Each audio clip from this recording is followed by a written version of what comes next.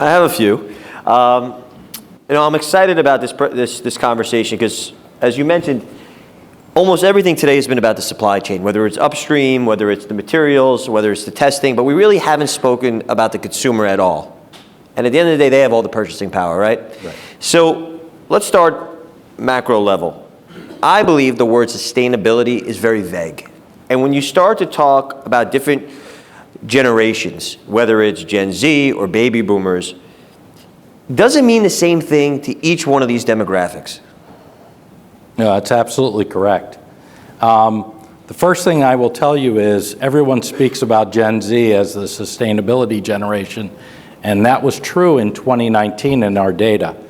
We had a 230% increase in baby boomer recognition of sustainability and as a value driver, which is really how it gets translated, right? I mean, our organization focuses on the commercialization, meaning how much money you can transact on a product or a service or an offering.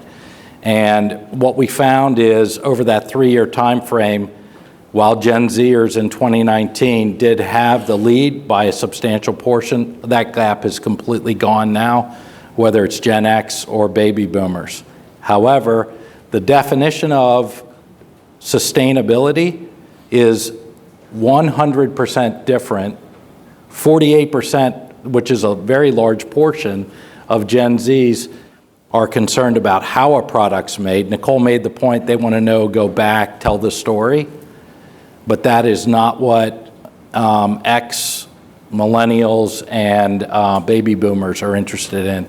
They're interested in and value fabrication models, fabrics, what is involved in the product itself.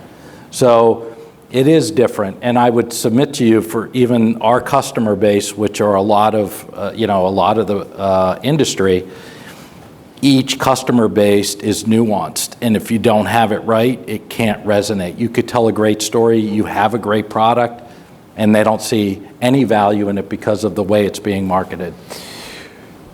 If the baby boomers care about the environment and the millennials care about the fabric and Gen Z cares about where it's made, do you think in your conversations or in your research that the brands are accurately messaging this or creating product that resonates with that demographic they're trying to serve? Yeah, as much as I would like to be the bearer of good news, the reality is, and we looked at iconic studies of how it's represented in icons, messaging, and I can tell you everything from the concept of recycling to representations in how it's done and all the partnerships. The highest recognition is so fragmented, the highest percentage of recognition on a consumer base is 3%. I mean, so that's like the high end.